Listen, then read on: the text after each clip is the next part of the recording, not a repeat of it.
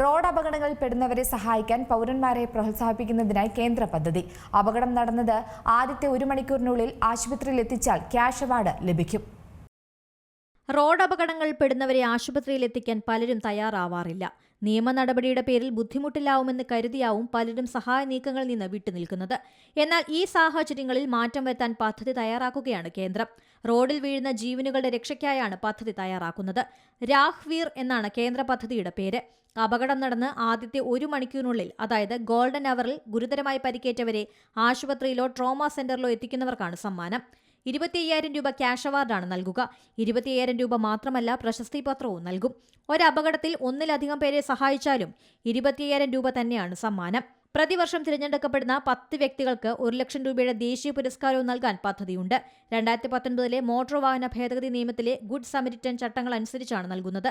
രക്ഷകരായവർക്ക് പൂർണ്ണ നിയമപരിരക്ഷയും ലഭിക്കും. പോലീസ് ഉദ്യോഗസ്ഥരിൽ നിന്നുള്ള അനാവശ്യമായ ഇടപെടലുകളോ ബുദ്ധിമുട്ടുകളോ ഇവർക്ക് നേരിടേണ്ടി വരില്ലെന്നും ഉറപ്പുവരുത്തും. ക്യാഷ് അവാർഡിനായുള്ള അപേക്ഷ ജില്ലാതല മൂല്യനിർണ്ണയ സമിതി പരിശോധിച്ച ശേഷമാണ് നൽകുന്നത്.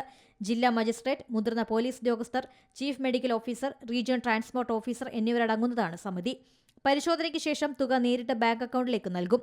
ഇതോടെ വാഹന അപകടങ്ങളിൽ സഹായിക്കുന്നവരുടെ എണ്ണം വർദ്ധിക്കുമെന്നാണ് പ്രതീക്ഷ. National desk, C Malayalam news. ഏറ്റവും പുതിയ വാർത്തകളും വിശേഷങ്ങളും വിരൽത്തുമ്പിലറിയാൻ സി മലയാളം ന്യൂസ് എല്ലാ ഡിജിറ്റൽ പ്ലാറ്റ്ഫോമുകളിലും ലഭ്യം.